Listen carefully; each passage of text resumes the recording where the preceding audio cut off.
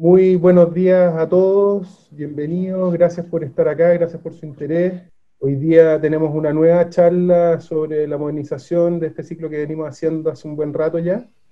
Y la verdad es que tenemos un tema que es muy interesante, muy actual, que todavía está en plena discusión, como estábamos hablando antes. Y tenemos como expositor a una persona que se maneja tremendamente con estos temas. Hoy día expone don Luis Alfonso Pérez, quien es el juez titular del primer Tribunal Tributario y Aduanero de Santiago. Luis Alfonso es abogado y magíster en Derecho Tributario de la Universidad de Chile. Trabajó en el Servicio de Impuestos Internos y en Tesorería, y hoy día, como les decía, es el juez del primer Tribunal Tributario y Aduanero de Santiago.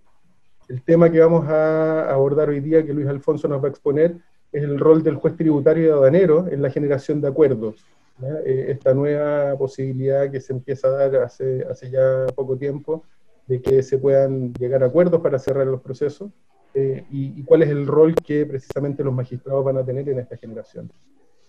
Hoy día también, para moderar la charla, va a estar Arturo Garnam.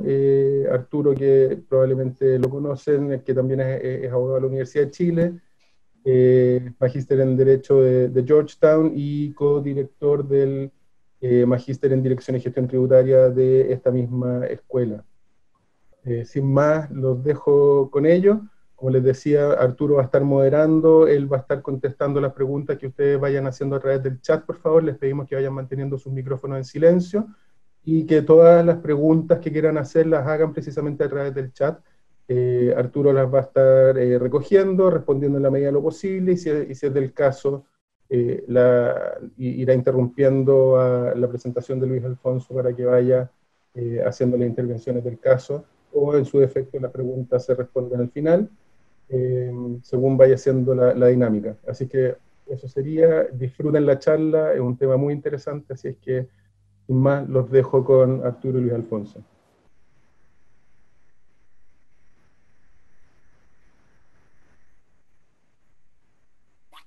Buenos días, ¿comienzo, estimado, o hablar Arturo? Perdón, tuve problema de conexión un minuto. Muy buenos días. Efectivamente, mi rol va a ser de moderador. Me voy a encargar del chat. La idea es que yo canalice las consultas sin perjuicio de que eventualmente, si hay tiempo, hagamos unas preguntas al final. Por ende, por favor, canalicen la pregunta en el chat y eventualmente, si queda algo por hacer, yo voy a, si queda alguna duda o quieren expandir en algo, yo voy a interactuar con Alfonso Pérez. Con eso yo estoy. Ok, comenzamos entonces. Muy buenos días a todos. Muchas gracias a toda la concurrencia, a la universidad, a Arturo, a Francisca, a Patrick, ¿cierto? A Carlota, a todos los que hacen posible esta charla. Y bueno, es un honor para mí estar hoy día con ustedes y conversar un tema que se me planteó, que también lo considero bastante importante, que es el rol del juez tributario en la generación de acuerdos. ¿Ok?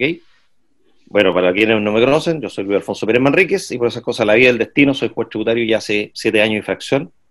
Fui abogado de impuesto interno como 10 años y tuve una pasada muy antigua ya en la Tesorería General de la República, siempre digo lo mismo, que me faltó quizás pasar por la aduana, porque por esas cosas del destino también soy juez aduanero de Santiago. Eso es lo que toca, estimado.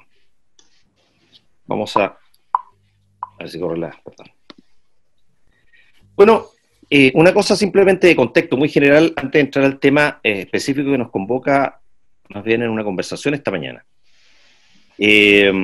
Ustedes saben que la ley 20.322 creó los tribunales tributarios y aduaneros más allá de la nomenclatura que utiliza la ley, ¿cierto? Que habla que mejora la justicia. En rigor, la justicia se crea, la justicia tributaria independiente se crea con la ley 20.322 en el año 2009. Antes, y se separa definitivamente el rol de fiscalización, por así decirlo, con el rol de juzgamiento o jurisdiccional. Y es de toda lógica que se sea, que en un sistema democrático de derecho, ¿cierto?, la función de la revisión judicializada de los temas frente a la administración esté entregada a un organismo distinto de la administración propiamente tal, Y lo mismo pasaba en el tema aduanero, que se incorpora posteriormente en la discusión parlamentaria de la ley y también tiene su correlato en el tema aduanero.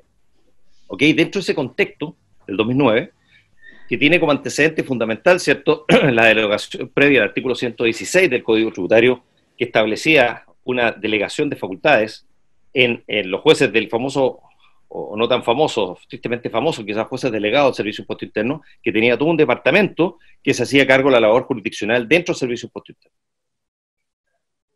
Ese es el contexto general dentro del cual nos comenzamos a mover. La ley original del 2009 no contemplaba ningún mecanismo distinto, en estricto rigor, distinto, una vez judicializado un tema, a la salida única, cuál era la sentencia definitiva de primera instancia dictada por este juez tributario aduanero con un determinado procedimiento y con un procedimiento de bilateralidad, de contradictoriedad, etcétera, que se mejoró sustancialmente respecto a lo que existía anteriormente, con algunos temas que pudieron y se han ido mejorando en el tiempo. La ley 21.039 del 2017 introdujo por primera vez en nuestra legislación tributaria procedimental, por así decirlo, dentro del procedimiento general de reclamación, en una modificación relevantísima, junto a otras que también se introdujeron en esa ley, la conciliación. La conciliación, como les digo, como un equivalente jurisdiccional distinto y, como su nombre lo indica, ¿cierto?, algo que permitiría tener una salida distinta a la sentencia definitiva y hacer presente también o al desistimiento. Vamos a referirnos, espero alcancemos a conversar lo que pasaba antes de la introducción de esta equivalente jurisdiccional a la conciliación dentro de los procedimientos tributarios. También tengo unas láminas posteriores, no sé si vamos a alcanzar a conversar, la ley de modernización tributaria, ¿cierto? Introdujo también el allanamiento y otras formas distintas aparte de la conciliación. Se sumaron otras vías distintas, alternativas a la solución, para solucionar esta controversia planteada entre la administración y el administrado en sede tributaria, ¿ok? Originalmente la ley 21.039, hay que decirlo, si bien es cierto, introdujo la conciliación en nuestro procedimiento de una forma inédita hasta ese minuto, el tema que lo hizo poco operativo, lo hizo algo burocrático, como él lo señaló, en el sentido que establecía, ¿cierto?, en esa ley a partir del 2017, las oportunidades dentro de las cuales se podía ejercer esta conciliación, quienes la podían requerir a instancia del tribunal, a instancia de parte, establecía básicamente dos oportunidades procesales dentro de la primera instancia. Su tratamiento, como lo digo ahí, era a propósito solamente de la primera instancia, nada se decía que pasa en segunda instancia. Hoy día tampoco se dice, pero bueno, podemos conversar un poquito, porque efectivamente hay tribunales de segunda y eventualmente en la Corte Suprema donde se han generado algunas conversaciones y se ha arribado a algunos temas por esta vía o vías alternativas distintas a la sentencia. Debía emitirse en su oportunidad una resolución bastante curiosa por parte del director nacional del Servicio de Impuesto Interno. O sea, era la conciliación clásica que nosotros conocemos, el derecho procesal civil, ¿cierto?, donde a intervención, un rol relevante que tiene el juez, que sienta las bases de la conciliación y las partes con facultades suficientes llegan a un acuerdo que pone término al conflicto total o parcialmente. Esa es la conciliación clásica civil que nosotros conocemos. En el procedimiento tributario, por el temor que le tenían a estos señores jueces tributarios o por otra razón desconocida, los legisladores en su oportunidad establecieron que las bases, una vez sentadas por el juez tributario en la audiencia de estilo o las audiencias que se llevaran en su oportunidad, ¿cierto?, debía ser sometida a una resolución, a una consideración del director nacional del Servicio de Impuestos Internos, que tenía un plazo para el cual, respecto al cual debía pronunciarse, y en el evento de no pronunciarse dentro de ese plazo se entendía rechazada. Rechazada para que se continuara con el resto del procedimiento, primera instancia, básicamente referido al procedimiento general de reclamación. ¿Ok? Ahí lo señalo, se hablaba del silencio negativo. ¿Ok?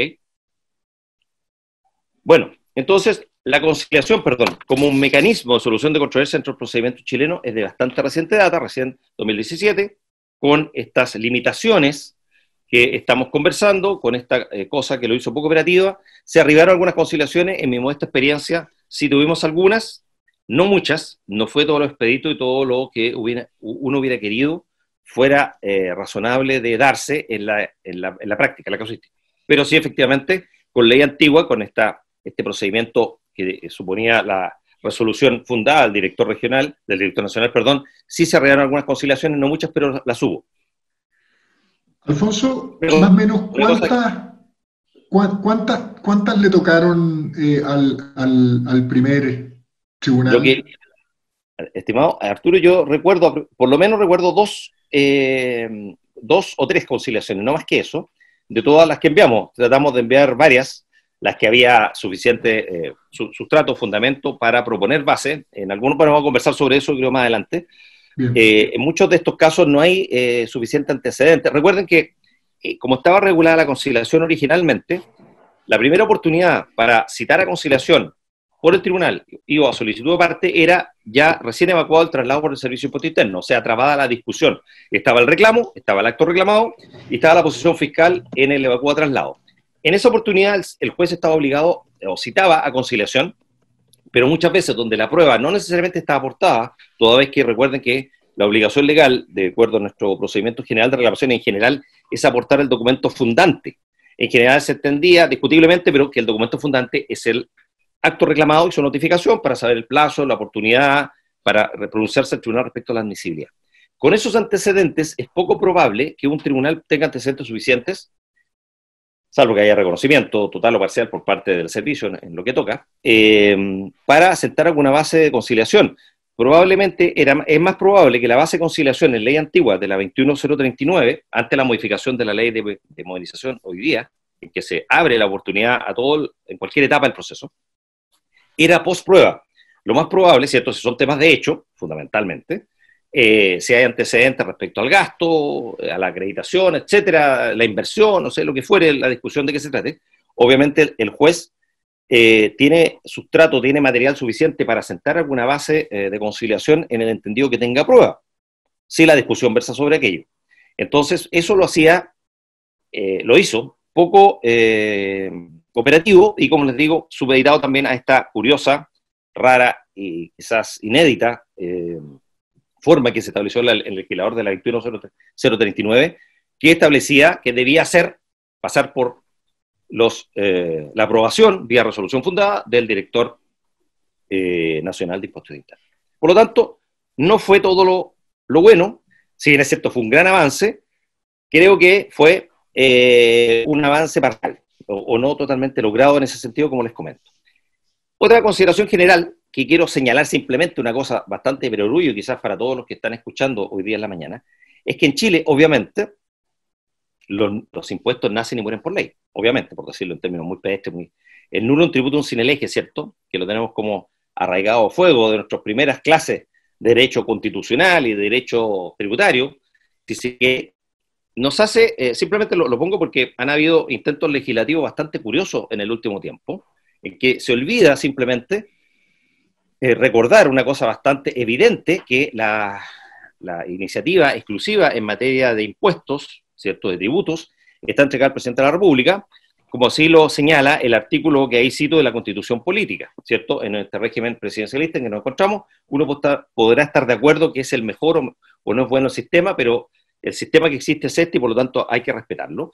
Y esto tiene como correlato la iniciativa exclusiva del presidente de la República, porque a su vez al presidente de la República, de acuerdo a la propia Constitución vigente, le asiste el deber de cuidar la recaudación de las rentas públicas y decretar su inversión con arreglo a la ley. Tiene en esa lógica. Por lo tanto, los únicos que pueden crear estos impuestos es el Congreso, pero el Congreso como un colegislador. La iniciativa está claramente establecida, más allá de toda duda razonable, diría alguien por ahí, en el presidente de la República. Simplemente menciono esto, ¿por qué? Porque la conciliación y la discusión de la conciliación quizás pudo haber sido más profunda. Parece que no hubo tanta discusión como yo hubiera querido, porque al final del día nos vincula con algo bastante importante, que es si los impuestos son disponibles o no.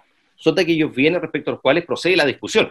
Vamos a ver después cuál es el tratamiento que, en definitiva, cuajó en la ley y qué cosas se pueden conciliar, qué cosas son negociativas dentro del procedimiento general de reclamación y cuáles no, cuáles son las limitaciones, a pesar de que algunas no son tan claras y son un poco difusas o nebulosas, pero efectivamente nos lleva al tema de disponibilidad.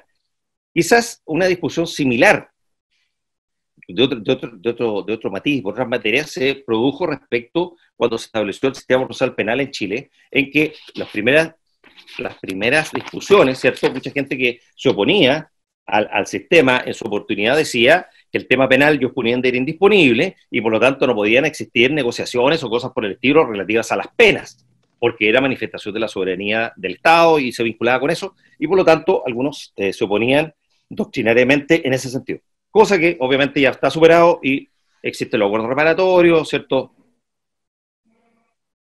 Los procedimientos abreviados y otros, a los cuales también vamos a referirnos esencialmente en relación a lo que pasa en nuestra materia, en nuestra charla hoy día referida a los acuerdos. Entonces, vamos a ver si corre esta cosa. Entonces, dejar sentado simplemente una cosa de contexto que es fundamental, que a otro organismo, en principio, le está vedado, sin lugar a dudas, inmiscuirse en el tema de la generación y o término, por así decirlo, o extinción de un impuesto. En ese contexto, dentro de ese escenario, se plantea la posibilidad que existe un instituto o mecanismo asociado a la judicatura, de caso conciliación y otros, que pueda plantear una solución total o parcial a la controversia tributaria. ¿Ok?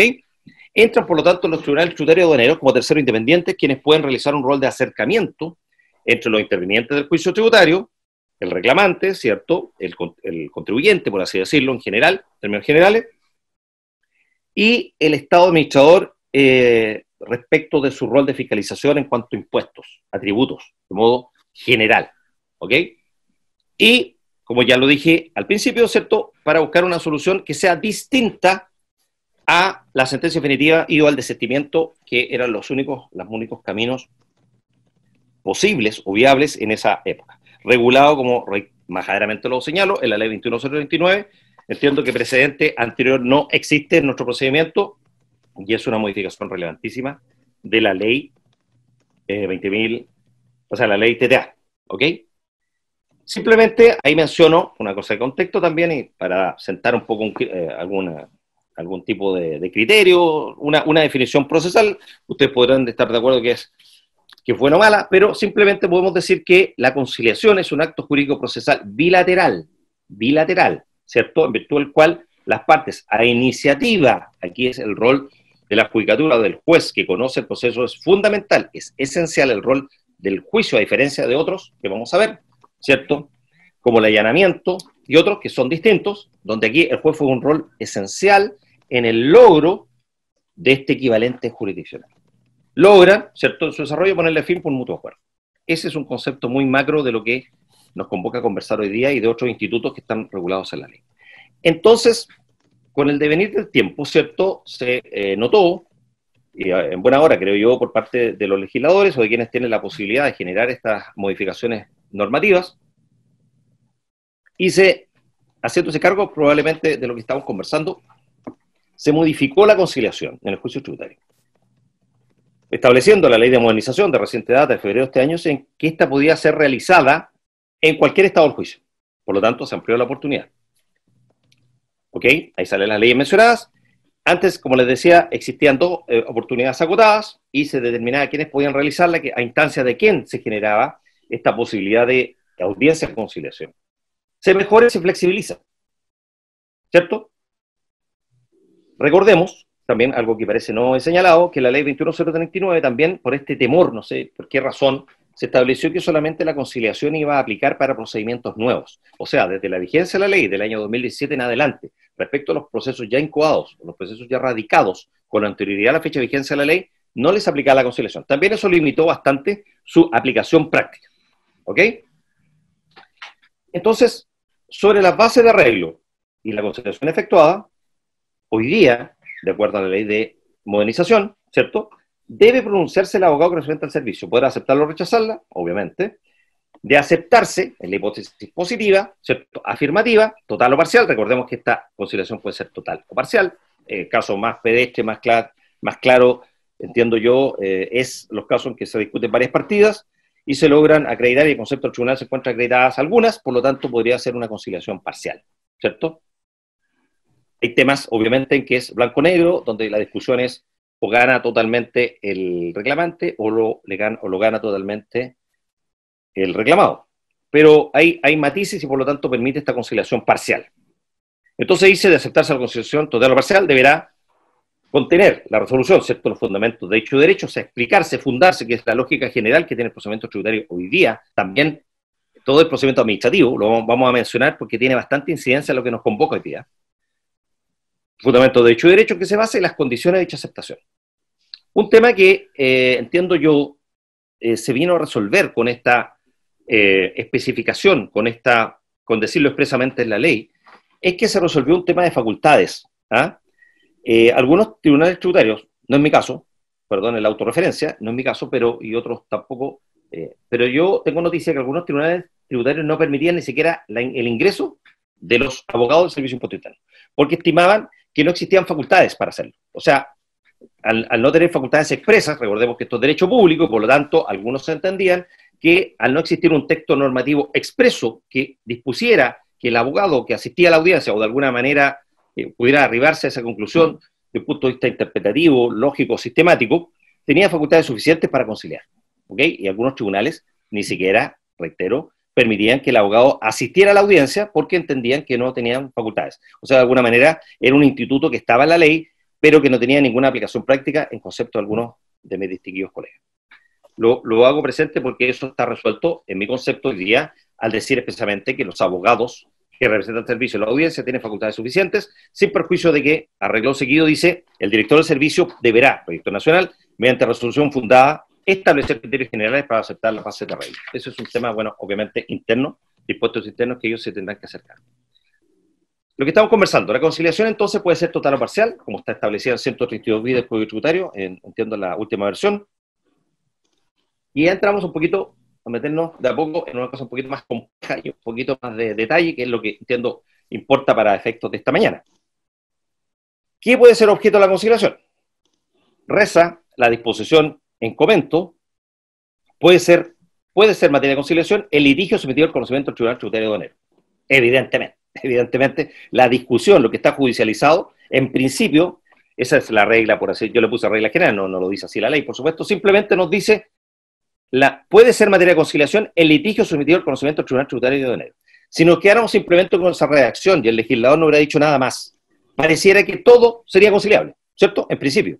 Por lo menos del texto uno podría llegar a esa conclusión de simple lectura gramatical, si ustedes quieren, artículo 19, Código Civil, todavía lo recuerdo, hace muchos años lo estudié, pero todavía lo recuerdo, de una lectura netamente gramatical, ¿cierto? Ahora, a renglón seguido, la disposición sigue y nos dice, incluyendo los elementos que termina el hecho grabado, establecido en la ley, simplemente puse ahí a un concepto que ustedes podrán cuestionar si es mejor o peor, pero ¿qué es esto del hecho grabado? Podríamos decir que es un acontecimiento o circunstancias de consecuencias jurídicas o económicas, ¿cierto?, que por mandato de la ley da origen a la obligación tributaria. Gatilla, ¿cierto?, esta hipótesis que se genere la obligación tributaria, como todos ya la conocemos. Sigue la disposición señalando, ¿qué otra cosa puede ser conciliable? ¿Qué otra cosa puede ser materia de esta conciliación total o parcial a instancia del tribunal, de acuerdo a 132b del Código Tributario? La cuantía o monto de los impuestos determinados y lo de reajuste, intereses y multas. Simplemente señalo ahí que este tema de los intereses, reajuste y multas, toda esta parte final, están vinculadas a facultades muy importantes que le asisten a los directores de impuestos. Artículo 6, muy importante, ¿cierto? Facultad del Director Nacional, se le trae directores regionales. A propósito de esta vinculación o de esta materia, que pareciera, ¿cierto? O sea, no pareciera, lo dice la ley, sí es materia conciliable y por lo tanto instancia del tribunal podría arribarse por esta vía a terminar el litigio tributario en estas materias. Ya hemos visto la regla general, el asunto sometido al conocimiento del tribunal, los elementos, ¿cierto?, que terminan el hecho grabado y la cuantía o monto de los impuestos determinados. Eso sería conciliable, en principio, ¿cierto? Alfonso, ¿tú ves, por ende, una desconfianza del legislador respecto a este mecanismo? Sí, yo vislumbro que hay una desconfianza. O sea, voy a hacer unos comentarios después, por supuesto, me hago cargo de lo que yo opino, simplemente no sé si será compartido por todos mis colegas, pero voy a hacer comentarios respecto a mi visión de cómo debió regularse esta institución en forma más amplia de aquella como quedó plasmada la ley, que en mi concepto, si bien es cierto, es su otro avance, reconozco un esfuerzo en ese sentido, pero creo que pudo haber sido mucho mejor para que esto fuera más operativo. Efectivamente, se ve que establece una regla general, pero si uno sigue leyendo el articulado, ¿cierto? Que ya nos salimos de la resolución del director que estaba antes, ya por último salimos de esa caparazón, de esa cosa tan rigurosa y tan compleja que al final siempre tenía que pasar con mucho respeto por los sólidos del director nacional de impuestos, pese a que había un tercero independiente, el tribunal, y estaban los dos intervinientes válidamente representados en el juicio, igual tenía que irse al director para que lo validara. O sea, es como, sí, el tribunal lo vio, etcétera, pero yo administración lo tengo que revisar y ver si está bueno o está malo. Y si no me parece, simplemente la rechazo, o simplemente me quedo callado, y al quedarme callado, yo, director de impuestos, gatillo el silencio negativo en la hipótesis de la 21039, y por lo tanto, este acuerdo no va a llegar a buen término. Y efectivamente acá en mi concepto también se vislumbra algún grado, como dice Arturo, de resquemor, o como uno quiera denominarlo, a que estos señores, estos jueces, o a la judicatura, o quien sea, no tenga tanta libertad para arribar a acuerdos respecto de estos impuestos. Por eso les dije, simplemente le planteé al principio, el tema al final toca, deslinda con qué cosa es disponible y qué cosa no, qué cosa puede negociarse y qué cosa no. ¿Se puede negociar todo? Pareciera que no. Y entonces aquí la ley trata, bien o mal, vamos a ver si está bien zanjado el tema, de determinar o delimitar la esfera de competencia, por así decirlo, de este juez tributario en la conciliación, qué es lo que puede hacer y qué no puede hacer. Hay cosas que están bastante claras que no, y en mi concepto hay otras que no quedaron muy bien plasmadas y por lo tanto merece dudas, porque pareciera por un lado que hizo una cosa, y vamos a ver que arregló seguido, pareciera que lo contradice.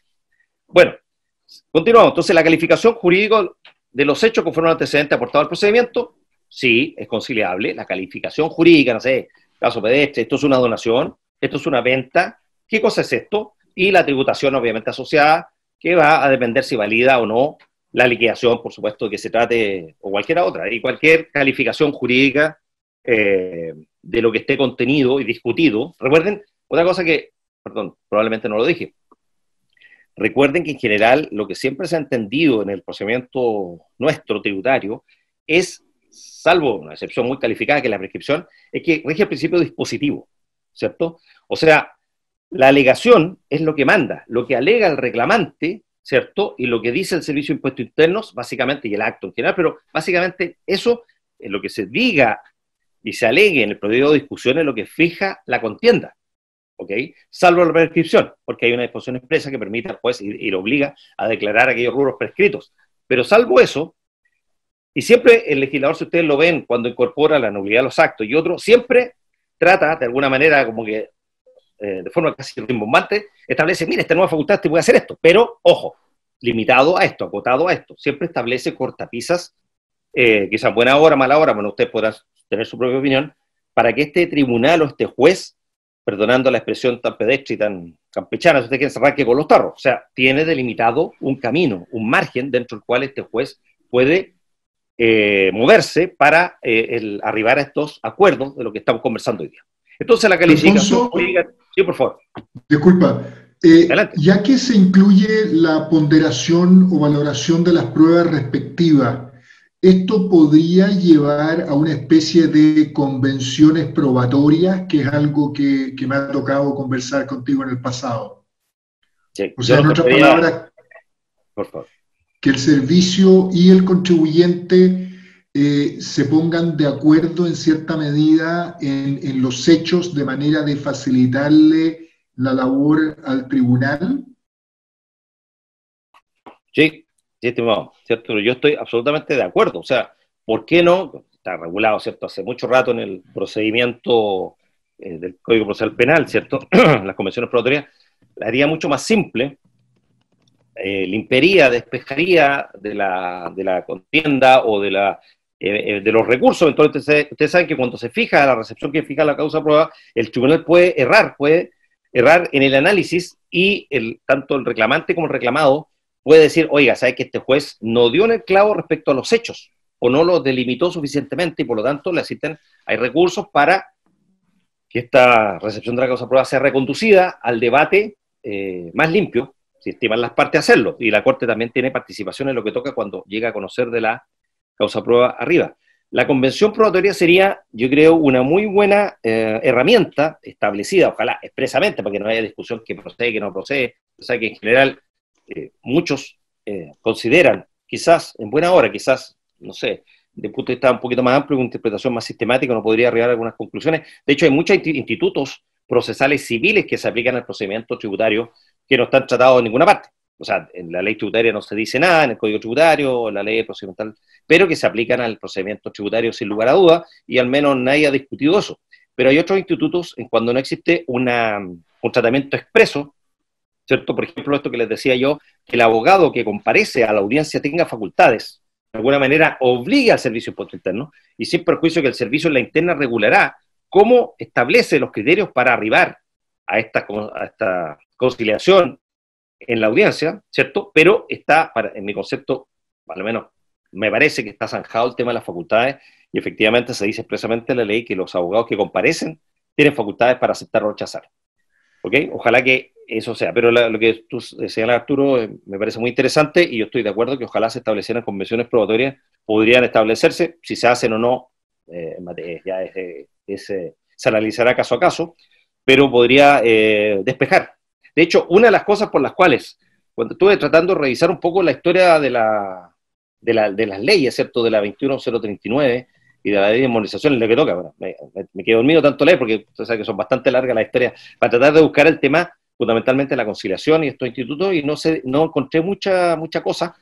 Básicamente, lo que recuerdo de haber leído por ahí es que simplemente, incluso en el informe de la Corte Suprema, se hace presente que efectivamente la conciliación es favorable, o sea, tiene un buen concepto de la conciliación, porque reduce los tiempos de tramitación, obviamente, es decir, de arribarse a esta total o parcial, y por otro lado, hay un ahorro, ¿cierto?, de recursos, toda vez que el juicio podría terminarse más rápidamente, una cosa evidente, pero no existe un análisis más profundo de estas cosas que trato de plantearles, digamos, como un poco decantar cuál es el margen que este juez tributario tiene para ponderar, para arribar a esta conciliación, y hasta aquí se puede, y cuando sobrepasa este límite, la conciliación propuesta por este juez no sería procedente, o sería anulable, bueno, ahí vamos a conversar sobre eso. Entonces dijimos, la calificación de los hechos sí son materia conciliable, es posible, porque lo dice expresamente, la ponderación o la valoración de las pruebas respectivas.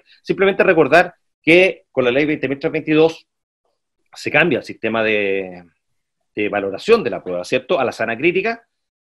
A veces se olvida, ¿cierto?, que antes estamos en el legado trazada, que era bastante rígida, y por lo tanto ahora es una prueba razonada. Un tema importante también respecto a la valoración, que probablemente lo voy a decir ahora para que no se me olvide. En la ley de modernización de reciente data, ¿cierto?, de febrero, nuevamente se reitera y se establece un nuevo requisito a las sentencias, que el juez debe fundar, reitera la idea del fundar. Pareciera que no lo estábamos haciendo, o los jueces, o yo, o todos, no sé, no fundamos demasiado nuestras sentencias, de manera tal que la persona que lea la sentencia, ¿cierto?, ya sea un tercero o ya sea los intervinientes, entiendan por qué el juez, con una concatenación lógica de fundamentos de hecho y de derecho, arriba a la conclusión. ¿Por qué el juez estima que esta prueba sí le asiste valor o sí lo convence, ¿cierto?, y esta otra, y desestima esta otra? Pareciera que no existe, o no existió en general, un suficiente desarrollo argumentativo en la sentencia de fundamentación, porque el legislador de la ley de modernización vuelve a reiterar, oiga, señor juez, cumpla con este estándar, y como correlato de eso, le agrega un recurso, que yo encuentro que en buena hora lo establece, que es apelable a la sentencia, y es casable en la forma, y respecto a la sentencia de segunda instancia, la que va a conocer la excelentísima Corte Suprema, de prosperar, ¿cierto?, la admisibilidad, procede a casación forma y fondo. Entonces tiene que ver con eso. Simplemente lo menciono porque la valoración de la prueba es un tema relevantísimo, muy importante en el sistema de juzgamiento tributario, por así decirlo. Otro tema que tengo una consulta respecto al tema probatorio, que es interesante, que es la posibilidad de que eventualmente el juez tributario vaya canalizando la prueba o la necesidad de prueba y eventualmente genere una carga dinámica de la prueba donde asigne la carga de probar a la parte que se encuentre en mejores condiciones de hacerlo. O sea, en otras palabras, la posibilidad, aquí veo que en la audiencia hay mucho apetito, aparentemente, a que el juez tributario sea protagonista del acuerdo y eventualmente incluso con esta carga dinámica le exija a cada parte probar lo que ella está en mejores condiciones. ¿Tú ves que haya un espíritu dentro de los jueces tributarios a tomar ese papel protagónico? A ver, bueno, muy buena pregunta, muy interesante. Más adelante me parece que están los PPT, algo se menciona respecto al tema. Recordemos, en el sentido de la pregunta, que se modificó un paradigma, ¿cierto? No escrito, pero que se arriba así por una interpretación sistemática, en que se sostenía que el servicio, frente, el caso clásico, frente a una liquidación de impuestos internos, por ejemplo, el que debía defenderse, el que debía aprobar, se entendía por una interpretación del 21, inciso segundo, básicamente del Código Tributario, es el reclamante, es el contribuyente. ¿Cierto? Esa es la interpretación clásica. Hoy día, con la ley de modernización, se dice que cada parte, ¿cierto?, debe probar sus pretensiones, básicamente. No sé, no recuerdo exactamente cómo lo dice, pero ese es el sentido. Entonces, en ese contexto, podemos arribar efectivamente a una discusión muy interesante, como la que plantea en la pregunta alguien por ahí, muy buena, pareciera en principio que cada parte que dice algo, que cada acerto que se diga en el reclamo y cada afirmación que se diga en el acuerdo de traslado debe ser acreditado, en la medida que sea relevante obviamente para lo discutido, ¿cierto? Entonces podríamos arribar eventualmente a esta cosa de la carga dinámica, que es una cosa fantástica. Vamos a ver cómo se desarrolla la jurisprudencia. Yo puedo decirte lo que soy partidario en el fondo de arribar a una lógica como la planteada, pero yo no puedo obviamente asegurar que todos mis colegas tengan esa posibilidad. Yo he estado escuchando ahora que tenemos tiempo y leyendo, ¿cierto?, a procesalistas famosos que explican bien toda esta cosa de la carga dinámica de la prueba, y lo encuentro fantástico. O sea, ojalá arribemos a como la primera línea del derecho procesal en lo que pueda aplicarse al tema tributario. Yo creo que está en buena hora que así sea, así que soy partidario de aquello. Ahora, no puedo asegurar cuál será el criterio general en la materia, pero sí, efectivamente, hay que hacer presente que la ley de armonización, reitero, sí estableció o derribó en una línea, ¿cierto?, una cosa que venía desde siempre en nuestra judicatura, que es que el que se defiende del servicio de impuestos internos es el que debe probar. Eso hoy día parece que cambió y aplica incluso para los procesos antiguos. Ahí se plantea una discusión, un pequeño paréntesis, que se produce un problema de debido proceso, porque si la ley hoy día dice, ¿sabe?, la regla es distinta, hay igualdad, por así decirlo, respecto a la carga probatoria. El que dice algo debe probarlo. El acerto debe ser probado, ya sea reclamante o reclamado. Ok, pero esta regla aparece hoy día. ¿Qué pasa si ya transcurrió un probatorio en una causa antigua y la regla, de acuerdo a la ley, aplica? No se estaría burlando el debido proceso del servicio de impuesto interno. No estoy defendiendo el servicio, simplemente planteo la discusión académica. Cuando yo aplico una regla que cuando se rindió el probatorio no existía, y el servicio, en la lógica que yo les comentaba, lo que hacía básicamente es esperar la defensa o el ataque, no sé cómo decirlo, por parte del reclamante, ¿cierto? El reclamante se defiende frente a la liquidación y aporta antecedentes que tratan de desvirtuar la liquidación, tratan de acreditar el gasto, tratan de acreditar la necesariedad, tratan de acreditar los requisitos, tratan de, etcétera, etcétera. No sé si me explico. Con esta regla nueva que aplica ya para procesos antiguos, se podría producir un debate de debido proceso, de aplicarle el servicio de impuesto interno respecto a aquellos procesos donde el probatorio ya pasó, que ellos aportaron o no aportaron nada, en el entendido que ellos no debían probar, sino que el que debía probar era el reclamante. Lo dejo planteado simplemente porque eso escapa a lo que estamos conversando hoy día. ¿Sí? Queda muy claro, queda muy claro. Perfecto. Bueno, entonces, y otro tema que es conciliable de acuerdo a la redacción que quedó en el 132 de lo pertinente, que ahí entramos en un tema un poquito ya más, un poquito más fino, dice, y la existencia de vicio, error en manifiesto de legalidad, ya sea de forma o de fondo, siempre que todo lo anterior haya sido alegado expresamente por el contribuyente en el reclamo. ¿Cuáles son los casos en que pueda pronunciarse de oficio? yo solamente recuerdo lo que ya dije, que es la prescripción. ¿Ya? La prescripción, no sé si habrá por ahí alguien me podrá decir, mire, también hay un caso particular, no sé, pero el único caso más general que yo recuerdo es la prescripción en que el tribunal está obligado incluso a declarar los rubros prescritos por disposición expresa. Entonces, dicho esto, entramos ya a las limitaciones. Vimos como las reglas generales. Esto es todo lo bonito, como todo es conciliable, todo fantástico, pero ojo con esto, esto se puede, esto se puede, esto se puede, fantástico. Hasta ahí vamos. Ahora entramos en las limitaciones. Y ahí vamos a conversar un poquito, a ver si está tan clara y cómo podemos entender esta disposición completa, ¿cierto? Limitaciones. Dice, en ningún caso la conciliación podrá consistir en la mera disminución de los impuestos adeudados, salvo que ellos se funde la existencia de errores de hecho o derecho de la determinación. O sea, parece razonable, no sé si el legislador debió decir, oiga, señor juez, usted no puede, si lo considera excesivo el quantum, por esa sola consideración, más allá que todos los antecedentes arriben a ese cálculo, usted no puede decir, no, es que es mucho impuesto. Es mucho, es mucho, ¿sabe? Que bajémosle la mitad, un tercio, un cuarto, no. Eso, obviamente, no rediste ningún análisis y, por supuesto, el juez no tiene facultades.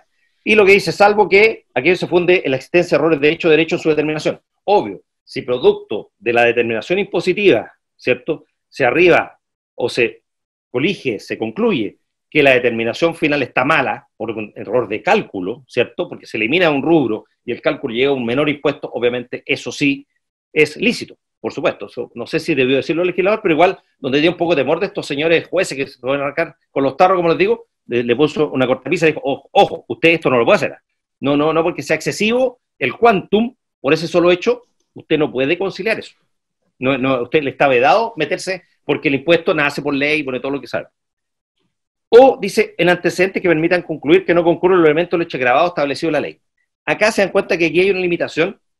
Dice, o en antecedentes que permitan concluir que no concurren los elementos del hecho agravado establecido en la ley.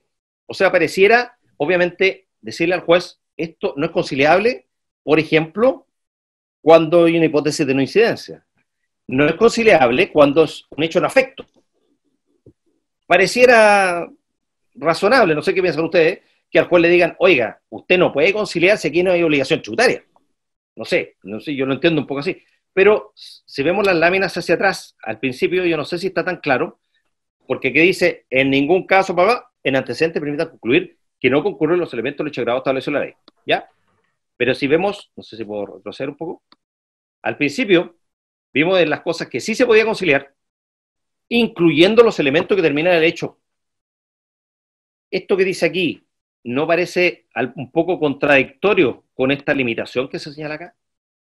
No sé si está tan claro, es sutil la diferencia. Al final del día, yo entiendo, al final, más allá de la redacción, que por un lado dice sí, y por otro lado pareciera decir que no, que está limitado respecto a esto, de hecho grabado eso, es que efectivamente el juez no podría conciliar, yo creo que en materia más bien de la definición de fondo, es decir, sabe que aquí no hay hecho grabado, acá hay una obligación tributaria. No sé si eso, más allá de que si se diga en una conciliación o se diga en la sentencia, eso debe ser así porque tiene que ser así, porque es aplicación de la ley. No sé si me siguen. ¿Ah? Entonces, más allá de la redacción, que por un lado parece contradictoria, por una parte lo establece como posible, y pareciera acá, le parece limitado, no sé si son redacciones idénticas o muy parecidas, y uno podría decir, no, es que la hipótesis general dice esto, y la hipótesis particular de limitación dice otra cosa, y por lo tanto son hipótesis distintas, y habría ahí un margen en que en esto sí y en esto no. No sé. Pero independiente de eso, yo soy de la opinión de que efectivamente sea conciliable o sea materia de la sentencia definitiva, efectivamente el juez debe señalar cuando corresponde que es una hipótesis de no afectación o es una hipótesis que no haya hecho grabado, ¿cierto?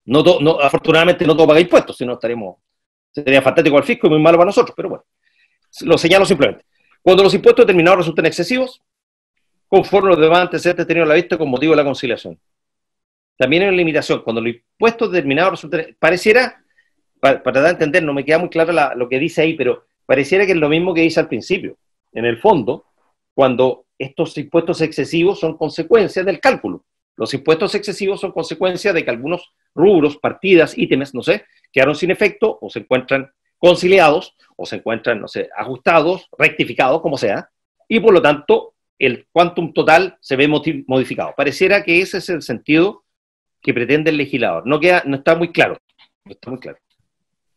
Limitaciones. Seguimos con las limitaciones. Reitero, hay una regla general que pareciera muy amplia, pero cuando seguimos leyendo pareciera que no es tan amplia, por esto que estamos conversando. Dice, otro tema muy importante, muy interesante, la conciliación tampoco podrá tener por objeto el saneamiento que es vicio de fondo, que es el lugar a la nulidad del acto administrativo reclamado.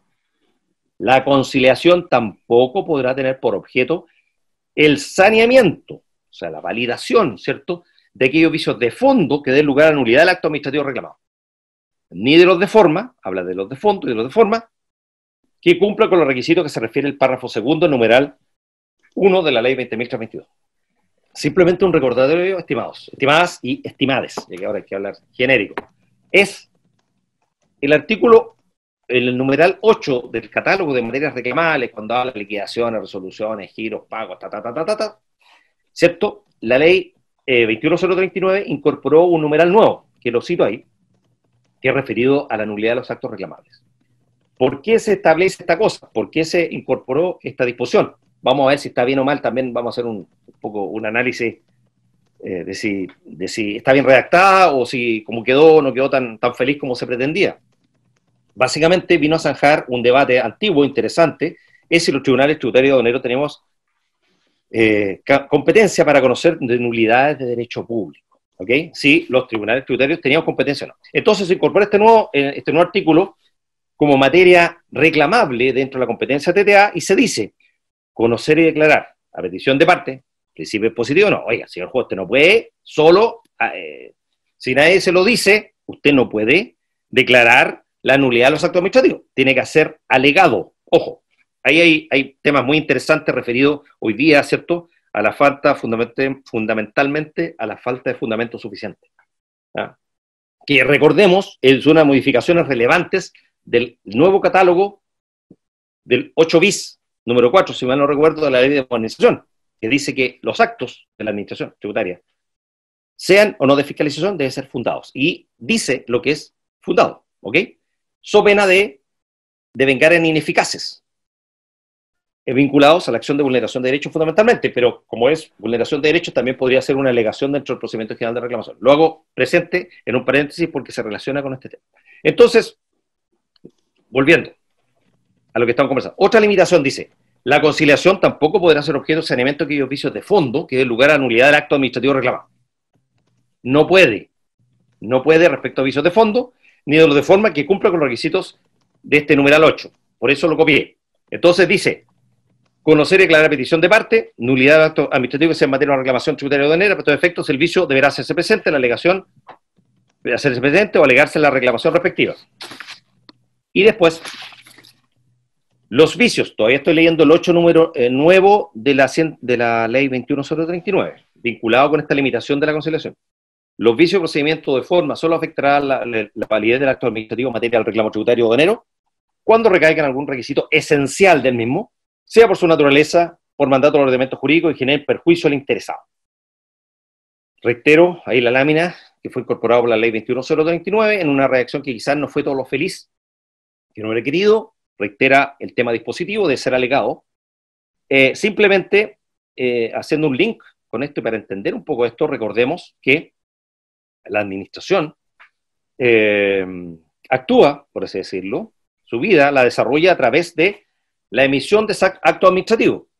Esto que parece tan pedestre y tan claro, ¿cierto? No siempre lo fue, y hay alguna jurisprudencia, algunas defensas fiscales no tan antiguas, que algunas veces se discutía si la liquidación, la resolución, lo que fuera, eran actos administrativos. Y en algunos casos la administración dijo, ya no pareciera, pero hace no tanto tiempo dijo, esto no es acto administrativo. Hoy día entiendo que no hay lugar a duda, nadie le cae ninguna duda, ni razonable ni irracional, de que las decisiones terminales de la administración, que son clásicas decisiones reclamables en el procedimiento general de reclamación y en cualquier procedimiento especial, tributario y o aduanero, son actos administrativos que tienen que cumplir con toda el estándar y con todos los requisitos del acto administrativo. Por lo tanto, por eso simplemente menciono el concepto de acto administrativo, que es la que nos da la ley de procedimiento administrativo, que son las decisiones formales que emiten los órganos de administración del Estado en las cuales se contienen declaraciones de voluntad realizadas en ejercicio de una potestad pública. Artículo 3 de la Ley de Bases de los Procedimientos Administrativos.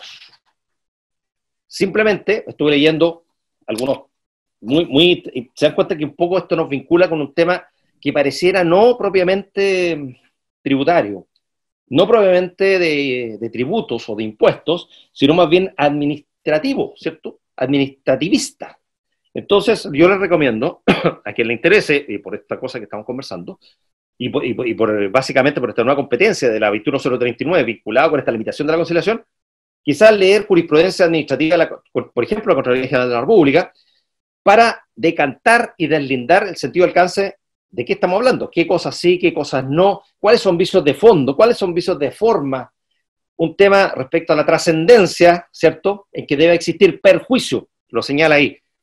En los procedimientos, los actos reclamables, todos los que uno recuerda, tributarios, por ejemplo, ¿existe alguno que no produzca perjuicio? Entendido que los actos administrativos de la administración tributaria básicamente son temas pecuniarios. Hay una determinación, ¿cierto? Págueme, usted me debe, no le devuelvo esto, etcétera. Siempre, directo o indirectamente, hay un perjuicio, directo o indirecto, al no timbrar todo. Bueno, hay un tema ahí también, el choter, me parece que está incorporado ahora nuevo, que ya venía un poco en el catálogo antiguo, dicho. Siempre al final pareciera que el tema tributario siempre tiene un perjuicio implícito, ¿cierto? Pero, pese a eso, la disposición lo dice expresamente, tiene que tener un perjuicio, tema de trascendente, de cumplir, de ser de forma, de fondo, pero debe causar perjuicio. Simplemente habría que tratar de buscar un caso laboratorio en que un acto terminal reclamable de la administración o intermedio no tenga al final del día, directo o indirectamente, una implicancia patrimonial y por lo tanto tiene un perjuicio implícito. Pero bueno, la ley lo exige y por lo tanto, siempre cuando lo aleguen, es recomendable, es razonable que ustedes lo digan expresamente. Este es el perjuicio, porque la ley lo exige. So pena de que la defensa fiscal, como contrapartida, decir, oye, aquí no hay perjuicio o no está indicado, etcétera, y traten de echar abajo el argumento. Simplemente le menciono yo, en relación a eso, estuve viendo, hay mucha cosa, pero por ejemplo, un texto de la revista de Derecho de Valdivia, número 23, volumen 1, Valdivia 2010, ya un poco antiguo, de un señor, no sé si lo ubican, don Jorge Bermúdez Soto, Contralor General de la República hoy día, pero que lo escribió el año 2010, que se llama El Estado Actual de Control de Legalidad de los Actos Administrativos. ¿Qué queda de la nulidad de derecho público? Muy interesante, decanto un poco eso, y algunas cosas que digo, las saco con mucho respeto, citando a don Jorge Bermúdez.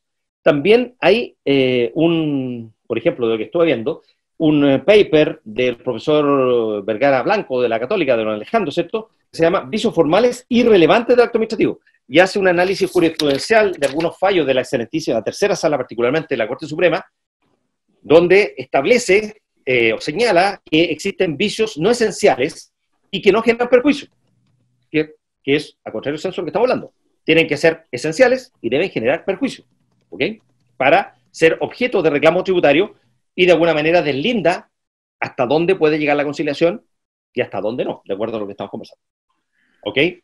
Bueno. O sea, en resumen, hay que tener cuidado con el problema de los vicios o errores del 132 bis inciso primero, que es positivo, versus las limitaciones del inciso segundo. Sí. Y esa va a ser toda la pelea para distinguir cuándo sí y cuándo no. La pelea fina sí, que no es, como le estoy diciendo, simplemente a lo mejor estoy generando más dudas que certezas, ¿cierto? Probablemente, pero hago presente el punto porque al principio me pareció, cuando me plantearon, Arturo, ¿cierto?, el tema de ver esto, yo encontré, bueno, por supuesto, un tema muy interesante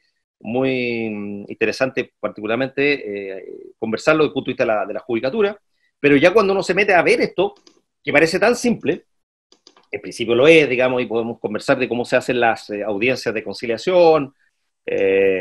Normalmente nosotros, por lo menos, no sé, todos los tribunales se lo hacen igual, nosotros solicitamos que las partes expliquen, sin perjuicio que uno tiene el texto, ¿cierto?, cuáles son las pretensiones. El reclamante, brevemente, con un resumen de las pretensiones contenidas en su reclamo, en la audiencia de conciliación, y lo mismo el servicio. Y de acuerdo a eso, aparte del análisis que hace el tribunal, ver si hay alguna posibilidad de acercamiento y de proponer una base de conciliación. O sea, esa es la parte práctica más simplona, digamos, en el día a día. Pero cuando uno empieza a analizar esto, pareciera que no es tan claro, ¿cierto? y el propio tribunal podría pisar el palito y equivocarse, y a lo mejor pretender conciliar una cosa que, de acuerdo a cómo quedó redactada la ley, pudiera considerarse discutiblemente no conciliable, ¿ah? O fuera del ámbito en que el tribunal tributario puede conciliar. Más allá de la buena voluntad de los intervinientes, bueno, el servicio probablemente va a ser más cuidadoso, no, esto no, porque la ley, la facultad, etcétera, la responsabilidad administrativa también del abogado que comparece, ¿cierto?, no es menor, se puede perder la pega, etcétera. Pero se dan cuenta que no es un tema tan pacífico, ¿ah? De acuerdo a lo que estamos conversando, no es una cosa tan blanco y negro y tan fácil de delimitar. Simplemente señalar algo que dice, me parece, de lo que vi, no, disculpen, no, espero que no me demanden, digamos, no pude, no cité ahí la referencia, pero me parece que dice don Jorge Bermúdez, en esta revista que le señalé de Valdivia, los actos administrativos se presumen legales, por eso el Ministerio de la Ley, ¿cierto? Existe, estoy tapando yo mismo acá, existe, ahí sí. Simplemente existe una presunción simplemente legal o juris tantum, lo que permite que sea desvirtuada a través de una impugnación o un procedimiento administrativo, ¿cierto? Pudiera ser eventualmente una RAF de 123, ahora modificada, fantástica, digamos, mejor que antes pareciera. Vamos a ver cómo opera en la práctica, con efecto suspensivo, etcétera, o en un procedimiento contencioso administrativo, cuál es, obviamente, por antonomasia, la judicialización que se produce ante los tribunales tributarios de aduaneros. O sea, efectivamente, estos actos administrativos, la liquidación, una de las grandes alegaciones, probablemente ustedes que son avesados litigantes, fiscales o privados, ven muchas veces en la defensa fiscal que dice, oiga, pero aquí hay un acto administrativo de servicio y este acto administrativo goza una presunción de legalidad, pues, de autenticidad, bla, bla, bla, bla, y dan todo el catálogo de requisitos y de características que tiene el acto administrativo. Claro que lo tiene, pero como dice el señor Bermúdez, el profesor Bermúdez, ¿cierto?, actual Contralor General, efectivamente es una presunción simplemente legal y por lo tanto puede ser desvirtuada. Y ese es el objeto fundamentalmente de la reclamación tributaria en el 99% de los casos que nos toca conocer. Simplemente, acá, cito la ley de bases, simplemente señala el vicio de procedimiento de forma solo afecta a la ley de acto administrativo cuando recae en un requisito esencial del mismo, sea por su naturaleza o por el mandato del ordenamiento jurídico y genera perjuicio al interesado.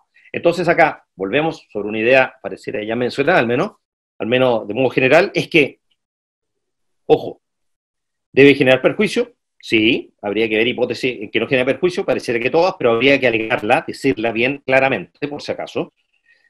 Y el tema de determinar si es un requisito esencial es no menor, por lo tanto, que yo conozca, no existe en la ley tributaria, alguien me puede corregir, por supuesto, que diga un catálogo o no, más allá de cualquier duda, decir, mire, estos son elementos esenciales, sin lugar a dudas, esto es esencial.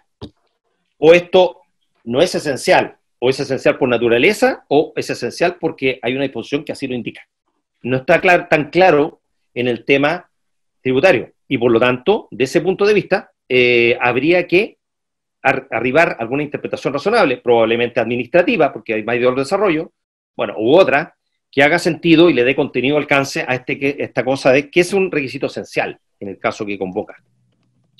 ¿Cuál es un requisito esencial por naturaleza? Por tal razón, o este es un requisito esencial porque el ordenamiento así lo considera, hay una disposición que así lo indica, total o parcialmente, o podemos arribar a esa conclusión. ¿Ok? Simplemente, otras ideas que señala el profesor Bermúdez, desde la perspectiva formal o procedimental, la legalidad se pone en entredicho, obviamente, cuando el requisito es esencial, por su propia naturaleza. Simplemente cito casos que él señala. ¿Ah? La notificación del acto pareciera, o de acuerdo a lo que dice el profesor Bermúdez en ese paper, simplemente señalo, es un requisito esencial. La recepción de pruebas. Habría que analizar si la recepción de pruebas, cuando un contribuyente es citado o aporta antecedentes de fiscalización, esta aportación se habla de pruebas. Estamos hablando aquí el profesor Bermúdez del procedimiento administrativo general, ¿cierto? Está hablando del procedimiento tributario de fiscalización probablemente tal, pero sabemos que vamos a concordar en que la ley de procedimiento administrativo es una ley general, pudiéramos decir a lo mejor una ley de bases, en lo que toca en cuanto al procedimiento administrativo, y en lo no regulado específicamente por el tema tributario, que muchas veces se dice, se aplicaría supletoriamente en lo no regulado en la ley de bases. Pudiéramos, es discutible, pero simplemente lo planteo. Entonces, esta aportación de antecedentes contables en la citación, en una notificación, en una fiscalización, ¿es esencial o no es esencial? Lo dejo planteado simplemente sin dar un pronunciamiento final, simplemente lo dejo planteado porque al menos el profesor Bermúdez lo cita como uno de aquellos esenciales en la revista que yo les señalaba, en el paper, en el apunte que yo les comenté. Porque el propio ordenamiento jurídico lo ha previsto, eso es esencial cuando el ordenamiento así lo indica. Y algo que ya conversamos, el vicio de forma o procedimiento de causar perjuicio al interesado, entiendo que eso viene, lo dice el profesor Bermúdez o el profesor Vergara Blanco, me parece, del derecho francés. ¿Ah? Y tiene que ver con un principio de trascendencia que es recogido también por la legislación administrativa, pero también viene del derecho procesal. ¿Se acuerda que no hay nulidad sin perjuicio? En general, ¿cierto? Se valida, no sé, se sanea, pero no, o sea, tiene que haber perjuicio. Si no hay perjuicio, por muy anulable que pareciera un acto, cuando no genera perjuicio, esto le quita algo relevante para que esto sea declarado en ese sentido. Y por lo tanto devenga ineficaz, algo que formalmente pareciera ineficaz. No sé si me entiende. ¿Se sí, por supuesto, se entiende. Limitaciones. Seguimos con las limitaciones. Se acuerda que no es tan claro todo este cuento y como hacer un resumen, quizás después podría ser para dar una idea de contexto de algo que pareciera simple, pero pareciera que no lo es tanto de acuerdo a lo que estamos conversando. Seguimos con las limitaciones, y esto simplemente de la lectura de este artículo, que no es un artículo tan largo, pero genera varios temas que estamos conversando en la mañana. El llamado a conciliación. Ahora vamos a limitaciones básicamente referidas a que las anteriores eran, mi concepto, básicamente, las reglas generales, que sí proceden. Después entramos a las limitaciones respecto de materias o temas, por así decirlo, en que no procede, ¿cierto? Lo que recién acabamos de ver con algún tipo de complejidad. Y ahora vamos a ver limitaciones que dicen relación con ciertos procedimientos que están excluidos. Oiga, si este procedimiento no procede la conciliación. El llamado a conciliación no procede en los procedimientos reglados en los artículos 4 quinques. La existencia, uso o la simulación, a que se refieren 4 ter, 4 quater, que será declarado por TTA, de acuerdo a 160 vías, etc. Que per se es una gran, da para una charla o, no sé, una tesis doctoral, ¿cierto? Se ha escrito mucho sobre la cláusula general anti-elusión. Ahí no procede por expresa disposición de ley, está excluida. No puede ser objeto de conciliación, no es que el juez tenga la voluntad, no puede porque lo excluye la ley, ¿ok? No procederá en el 100 bis. La persona, ¿cierto?, está citado en forma parcializada, a quien se acredita haber diseñado o planificado los actos, contratos, negocios constitutivos de uso o simulación. Tampoco procede, está excluido expresamente por ley. En aquellos procedimientos 161 y 165, temas vinculados al Yucuniendi, temas vinculados fundamentalmente a temas infraccionales. Ustedes saben que en buena hora los tribunales tributarios aduaneros carecemos de competencia penal. Eso le asiste, ¿cierto?, al Ministerio Público, Tribunal de Garantía, Tribunal de Juicio Oral, etcétera, Corte de Apelaciones, Suprema, etcétera. Es lo que toca. No tenemos competencia penal, pero sí tenemos competencia en temas infraccionales y cuando se persigue la multa de un delito, solamente la multa, ¿cierto?, el 165. Y las infracciones clásicas, 161, acá se dice, acá tampoco, usted, señor juez, ustedes intervinientes, no pueden ni siquiera pensar, porque dice, no procede la conciliación, está excluida expresamente. Y finalmente dicen aquellos que digan relación con hechos respecto a los cuales el servicio haya ejercido acción penal. 162, ahí establece, ¿cierto?, el monopolio, ¿cierto?, la acción penal pública, radicada en el director nacional de Impuesto Interno. Existe un debate muy interesante, que también puede ser objeto de otra charla con otros personajes, con otros expertos penales, a lo mejor, si es conveniente o no que la mantenga el director en Impuesto Interno radicada en el Servicio de Impuestos Internos, o eventualmente le asista, hay un debate en ese sentido, al Ministerio Público o a otros intervinientes o a otros actores del tema penal y que buscan la persecución penal. Pero por hoy día, por ahora, está radicada, sin lugar a duda, de acuerdo al 162 del Código Tributario, la acción penal es privativa del Servicio de Impuesto Interno. Lo mismo pasa Alfonso, con por favor. Alfonso, ¿sí? a mí me parece bastante, y vi también de algunos asistentes, que les parece bastante obvio que cuando está ejercida la acción penal, efectivamente no se pueda conciliar por esta vía, porque eventualmente podrían haber acuerdos reparatorios o habría negociaciones o salida alternativa en sede penal. Pero no entiendo por qué respecto de temas infraccionales no está la posibilidad. Porque si nuestro sistema aprueba la salida alternativa en vía penal, ¿por qué no le permite al juez conciliar o por qué no se permite la conciliación respecto de multa? Así es, así es. Sí, concuerdo. Ahí lo digo en ese asterisco. Simplemente plantear el punto en el sentido si es conveniente o no, la conveniencia de estas limitaciones, como bien tú señalas, en el Código Procesal Penal se permite los acuerdos reparatorios, los juicios abreviados, etcétera. Al final del día, sin decirlo, a ver, para que no suene más elegante, se permite negociar, se permite conversar, ¿cierto? Se fijan rangos de pena, de acuerdo a la atenuante grande del caso, no es que se inventen, obviamente, para que previo reconocimiento del imputado, ¿cierto?, se arribe a un juicio abreviado con un acotamiento de la pena, con un techo, ¿cierto?, que la ley establece, obviamente. Aquí se puede conversar, pero no, en el tema infraccional, mira, que parece algo bastante menor, con mucho respeto, hay infracciones muy cuantiosas, ustedes saben, pero pareciera que el tema privativo de libertad es bastante más poderoso y bastante más temido que un tema infraccional, pero en el tema infraccional no se puede conciliar, no se puede conversar, pareciera, a instancia de un tribunal, tercero independiente, pero sí en el tema penal. Pareciera que no existe una coherencia sistemática y efectivamente yo soy partidario de que eso se permita.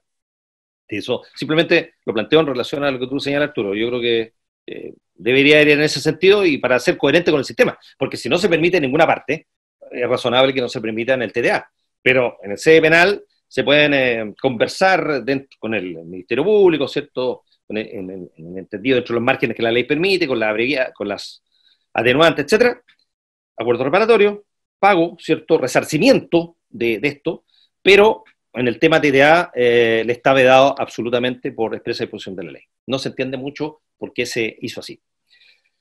El juez dice, deberá rechazar el acuerdo, estamos todo esto conversando todavía dentro de la conciliación, cuando no se cumplan los requisitos que establece este artículo o recaiga sobre materias respecto a las cuales no se admite conciliación. O sea, la consecuencia obvia, la ley lo dijo, pero es que el juez debe rechazar el acuerdo cuando no cumple con los requisitos. Con todos estos bemoles, con todos estos detallitos que hemos conversado, si es error esencial, si no, si acarrea perjuicio, si no acarrea perjuicio, en esta hipótesis un poco intrincadas y que parecieran no tan claras, ¿cierto? No tan claras, cuál es el límite dentro del cual es un asunto conciliable, o cuando ya traspasamos el límite y por lo tanto devenga en un asunto no conciliable por expresa disposición de ley. No es tan simple cuando se llega a ese tipo de detalles determinar cuándo sí y cuándo no. De la conciliación, entonces, total o parcial, que es lo que se hace, si esto se arriba en términos afirmativos, positivos, ¿cierto? Se levanta un acta en el tribunal que consignará especificaciones del arreglo, los antecedentes de hecho y derecho, o sea, es el fundamento que en general se exige a toda resolución judicial, en buena hora, como tiene que ser, y lo mismo a todo acto administrativo, para saber el administrado por qué le pasa lo que le está pasando, y si considera que el fundamento de hecho está malo, o la invocación legal está mala, pudiera eventualmente alegarla y eventualmente ser dejada sin efecto todo lo parcial en por ejemplo, en sede judicial. La suscribe el juez, ¿cierto?, en esta acta, y las partes. Recordemos que los abogados hoy día van a tener o tienen facultades suficientes para conciliar cuando comparecen a una audiencia en representación del servicio en puesto interno. Es otro tema importante. Siempre recuerden una cosa que quizás se olvida, el tema de las facultades suficientes. El apoderado que comparece por el reclamante tiene que tener facultades suficientes para conciliar. ¿Ya? Recordemos, ¿cierto?, nuestra casa de derecho procesal, artículos 6 y 7, etcétera, facultades suficientes, las facultades para conciliar deben ser expresas. ¿Ah? Así que, ojo con eso, porque pareciera que estaría salvado el tema de las facultades suficientes por parte de los apoderados de servicio de impuesto interno que comparecen a la audiencia, pero tienen que tener correlato, tener ojo los intervinientes privados o quienes representen a los reclamantes, de tener facultades suficientes para que ésta pueda prosperar. Si no, podría un tema de facultad que, si no tiene facultades, obviamente esta conciliación, no sé, se enredaría o no prosperaría o tendría que ser sujeta a ratificación, no sé, una cosa se entrabaría un poco. Entonces, una vez aprobada la conciliación, yo entiendo que el juez así lo tiene que declarar, téngase por aprobada, cumpliendo con los requisitos antes señalados, mediante una resolución fundada, ya dicho, se considerará como sentencia ejecutoriada para todos los efectos legales. En particular, ejecutoriada para todos los efectos legales. Y eso, hay que hacer un linkearla, digamos, con qué recurso, qué pasa si, porque se supone que esto es un acuerdo, ¿cierto? Las partes evaluaron bien los pros y los contras, el tribunal propuso las bases, etcétera, y se arriba a esta conciliación que termina siendo una sentencia. Si eso es así, pareciera que no le podría producir agravio a nadie, salvo que hay un error de hecho, ¿cierto? Una cosa, no sé, es que no, ya no pensé en esto, se me quedó esto en el tintero. Pero en principio se supone que si es producto del acuerdo y las partes razonablemente han evaluado todas las implicancias que este acuerdo o conciliación, que tiene la fuerza de una sentencia definitiva, las consecuencias de ello fueron bien pensadas, lo lógico es que no produzca agravio, y al no tener agravio no le asiste en rigor, en doctrina, al menos en abstracto, la apelación, ¿cierto? Porque la apelación es básicamente un recurso, una actuación que pretende, ¿cierto?, frente a un acto que produce agravio. Y acá no habría agravio porque hay una negociación, hay todo un proceso supuestamente razonado, pensado, que termina en esta conciliación a instancia del tribunal, y por lo tanto, por eso que no se establece esa lógica, la apelación, y solo procede nunca impondrá aclaración, rectificación, enmienda, que según algunos no es un recurso, sino que es al final del día una declaración de mera certeza. ¿Ok? Eso. En este pequeño monito, simplemente, una cosa muy, muy general, ¿cierto? Tenemos el acto reclamable o el acto de autoridad del Servicio de Impuestos Internos. Sabemos que hoy día existe una reposición administrativa voluntaria mejorada de 123 bis con efectos suspensivos, y cuando interpuesta que sea, se esperará, digamos, las resultas. Si esta reposición administrativa voluntaria no es satisfactoria en un 100% para el administrado, se introduce en la ley de modernización un recurso jerárquico, recursos, ¿cierto?, que antes no existía. Eso es un tema muy, muy relevante. ¿Ah? El recurso jerárquico, ¿respecto de qué? Respecto de la resolución del DEPAT, que no da lugar total a la pretensión del reclamante. Y conoce el director nacional de Impuestos Internos. Bueno, si esto no prosperara, obviamente le asiste el reclamo tributario, con todos los requisitos generales, etcétera, para que vamos a alargar la conversación en ese sentido. Conoce el juez tributario, y dentro de este conocimiento que tiene el juez tributario, le asiste, o está esta institucionalidad nueva de la conciliación tributaria que hemos conversado, con toda esta cosa tan clara o tan general, como regla general, pero con todas estas cortapisas, limitaciones que hemos conversado, que no son tan fáciles de aprender y de delimitar. ¿Ok? Eso. Y posteriormente, obviamente, la apelación, cuando no prospera la conciliación total o parcial, es apelable la sentencia. Hoy día es apelable y casable en la forma, y respecto de la sentencia de segunda instancia y la justísima corte de apelaciones, procede el recurso de casación forma y fondo ante la excelentísima Corte Suprema. Eso. No sé si, porque lo otro, simplemente las láminas, obviamente se introdujeron otras cosas que ya van, el avenimiento judicial es otra cosa, en que al final del día es un acuerdo directo, ¿cierto? De alguna manera es un acuerdo directo entre las partes. Pero tiene un tratamiento en la ley de modernización, ¿cierto? Y se incorporó al 132 ter de la ley del Código Tributario, y otras modificaciones, simplemente el allanamiento, simplemente una palabra respecto a aquel, se introdujo conforme expresa el allanamiento. ¿Era necesario introducirlo en la ley TTA o la ley de procedimiento tributario? Puede que sí, puede que no, porque efectivamente, si aplicamos las disposiciones generales civiles, que se aplican supletoriamente, como se ha entendido en general, al procedimiento tributario, podríamos arribar a la misma conclusión. O sea, si obviamente el servicio, al contestar el cual traslado, no contradice de manera sustancial lo señalado, o hay un reconocimiento, ¿cierto?, de la lectura, no se convence que hay un reconocimiento de la pretensión contenida en el reclamo, al final del día, se allana.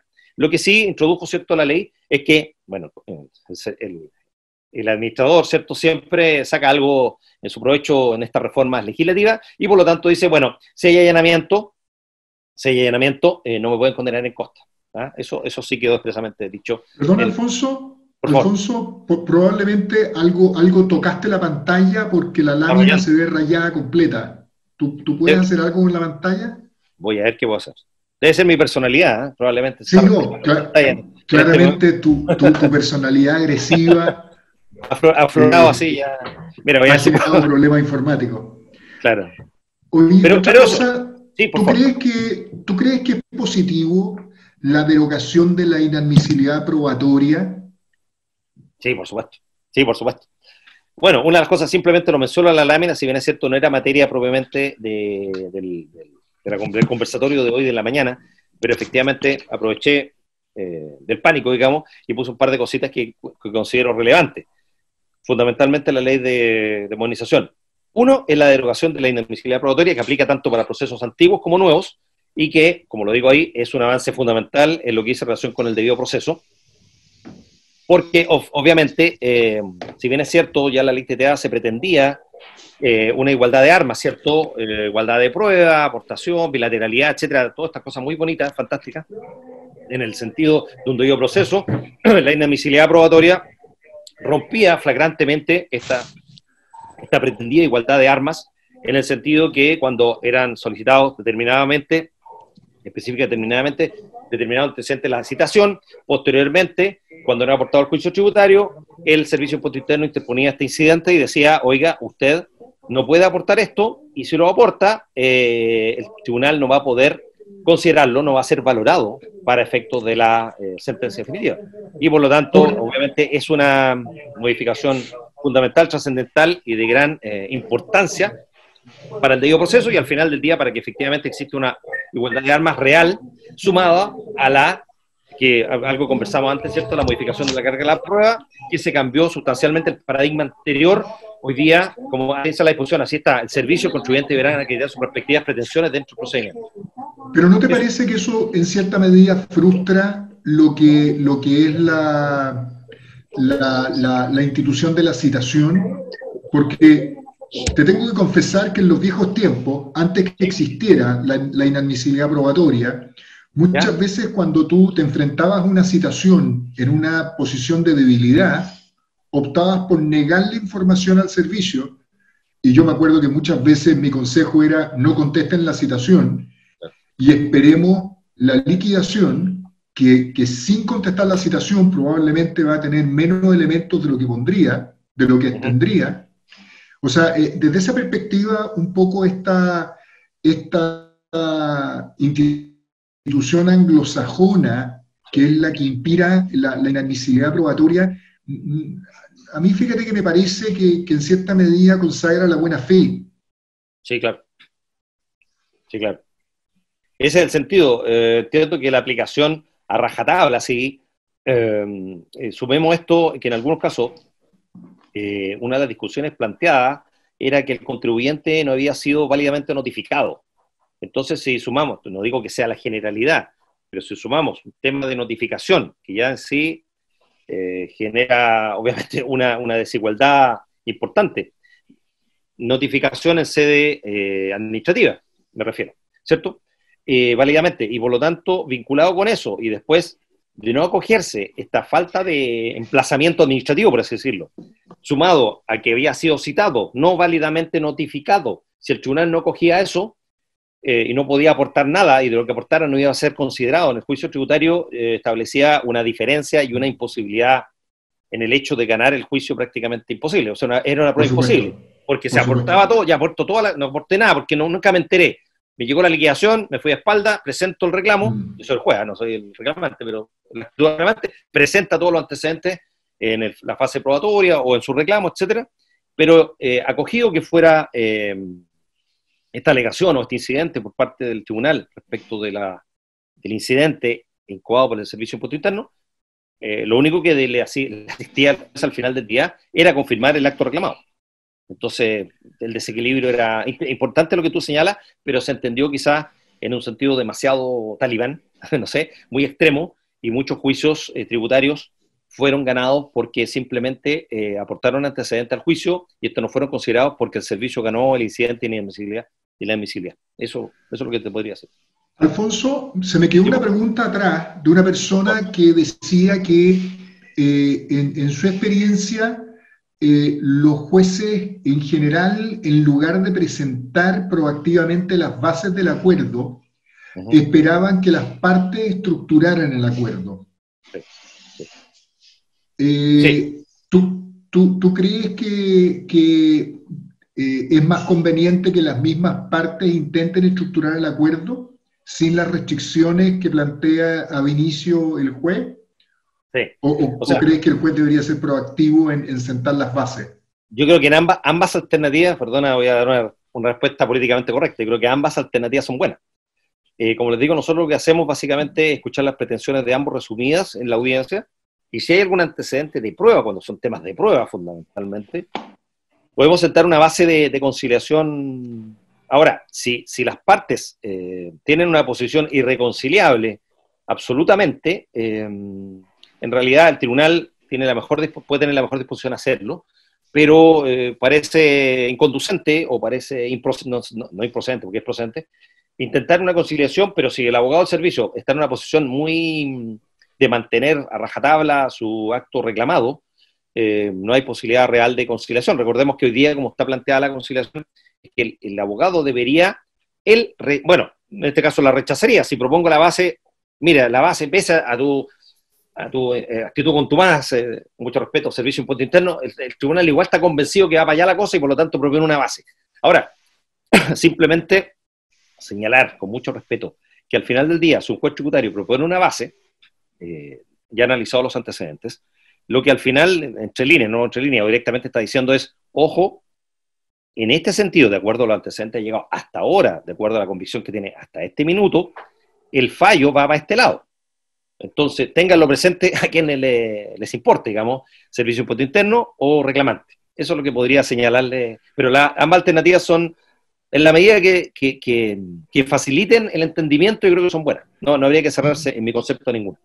¿Y esa propuesta por parte del magistrado no podría ser entendida como un prejuzgamiento por parte de la parte afectada? En el hecho lo es, pero la propia ley lo valida y no importa, tú sabes que no lo implica ni nada, que es la regla general. Si uno comenta algo, salvo en la audiencia de conciliación, o sea, judicializado un caso, el juez no puede emitir pronunciamientos o pena implicarse. O sea, salvo esto, es la única hipótesis que yo recuerdo en que el juez puede emitir una opinión de alguna manera, porque se está diciendo, mire, de acuerdo a los antecedentes, mi visión hoy día, de acuerdo a la prueba aportada, lo que fuere, o lo que ustedes no controvierten, es que sería conciliable en este sentido, en esta parte, etcétera. Y bueno, efectivamente hay un prejuzgamiento, pero el prejuzgamiento con los antecedentes que se tienen hasta ese minuto, y no importa, porque está salvado una implicación, en el sentido de tener que el juez dejar de conocer, porque ya emitió un pronunciamiento previo, con una causal expresa de implicancia, y por lo tanto lo inhabilita y puede... Ahora, ¿podría el juez eventualmente desdecirse potencialmente de lo que pensó si se le aportan antecedentes distintos? Pudiera ser.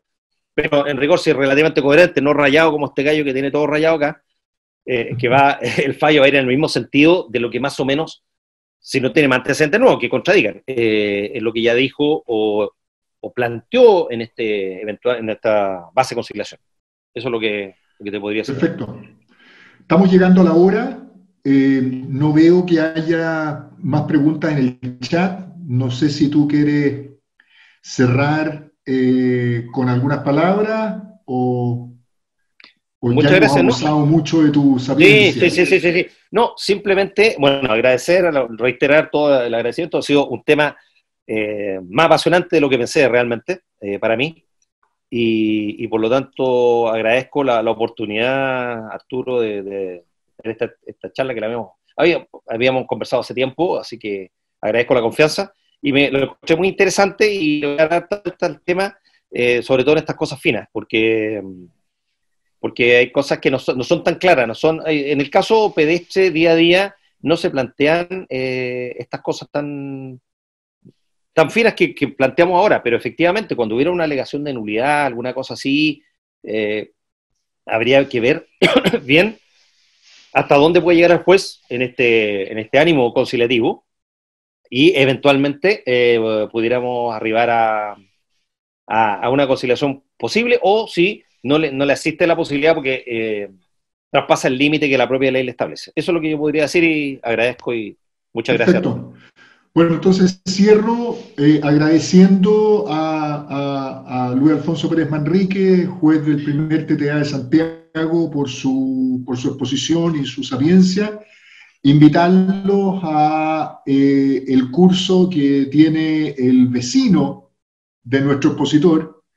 El director ahí es don Oscar Meriño, que va a ser el segundo diplomado en litigación y fiscalización tributaria, que parte ahora en octubre, en el cual quedan todos gratamente invitados. Y les adelanto que vamos a seguir con estas charlas en forma bimensual, cada 15 días, y que vamos a invitar a Alfonso para nuevos eventos, ya que creo que ha sido una muy buena recepción. Felicitaciones, Alfonso, muchas gracias por tu ayuda y por tu participación. Y muy buena la participación, muchas gracias a todos los que hicieron consulta y especialmente a nuestro expositor. Con eso los dejo.